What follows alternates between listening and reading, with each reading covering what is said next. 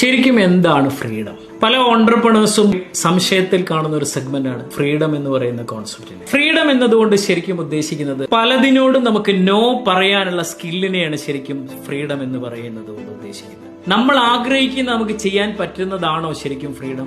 Freedom എന്ന് പറഞ്ഞു കഴിഞ്ഞാൽ നമ്മൾക്ക് ഒരു കാര്യത്തിനോട് കൃത്യമായിട്ടും നോ പറയാനുള്ള സ്കില്ല് നമുക്ക് എപ്പോഴാണോ കിട്ടുന്നത് അവിടെയാണ് നമുക്ക് ഫ്രീഡം ഉള്ളത്. ഒരുപക്ഷെ നമ്മളെ ബിസിനസ്സിലോ നമ്മളെ പേഴ്സണൽ ലൈഫിലോ വേണ്ടപ്പെട്ട ഒരാള് നമ്മളോട് ഒരു കാര്യം പറയുമ്പോൾ ഒരുപക്ഷെ നമുക്ക് അതിനോട് നോ പറയാൻ നമുക്ക് പറ്റുന്നില്ല. നമ്മൾക്ക് ഒരുപക്ഷെ അതിനോട് കോംപ്രമൈസ് ചെയ്യേണ്ടി വരികയാണ്.